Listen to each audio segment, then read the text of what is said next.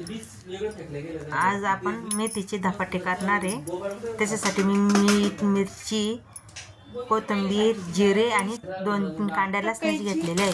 कोणी मेथीचे पराठे म्हणतो, कोणी धपाटे म्हणतं, पण पराठे आणि धपाटे म्हणजे पराठे म्हणजे आपण लाटून करतो आणि धपाटे म्हणजे थप थप थप थप थापून करायचे असते, त्याला धपाटे म्हणते। हां, मी अगोदर ते मिक्सरमध्ये नाही का काढून घेतलेले मीठ, मिरच्या आणि मेथीची भाजी बारीक चिरलेली, जास्त बारीक पण नाही आणि जास्त सवती पण नाही आहे। मेथीची भाजी चांगली राहते आपल्या शरीरासाठी, कारण ती गरम राहते ना, त्याच्यामुळं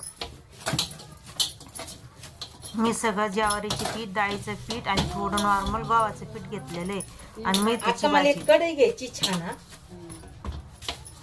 मेथीची अशी मस्त मी आता मळून घेऊ लागलेली आहे।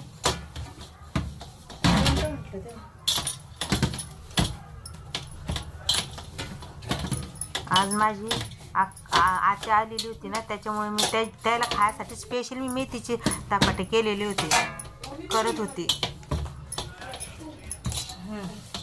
नाही अजून चांगलं मुळच आहे, मग त्याला आपलं धपाट्याचं पीठ मळून झालं। आता मी त्याला थापू लागली। कॅरी बॅगच नाही चांगली व्यवस्थित। एक मेथीची गड्डी होती, तेवढं पीठ घेतलेलं होतं बघा मी, ते तुम्हाला दिसतंय का मळलेलं तितकं।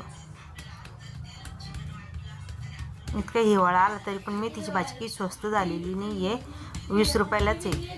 चांगली मेथी 20ला आहे आणि अशी घेतली तर असं 15-15ला आहे बघा। मी आता त्या टाकू लागले, त्याला सुरक पाडून घेतली मी। आपण प्रत्येक धपाट्याला तेल चांगलं टाकायचं, सुरक पाडलं मस्त तेल टाकायचं, म्हणजे आपल्याला नाही का कडक पण लागतो खायला आणि चांगलं पण असं कुरकुरीत लागतं धपाटे खायला। फक्त मीठ मिरच्या बरोबर घेतलं पाहिजे।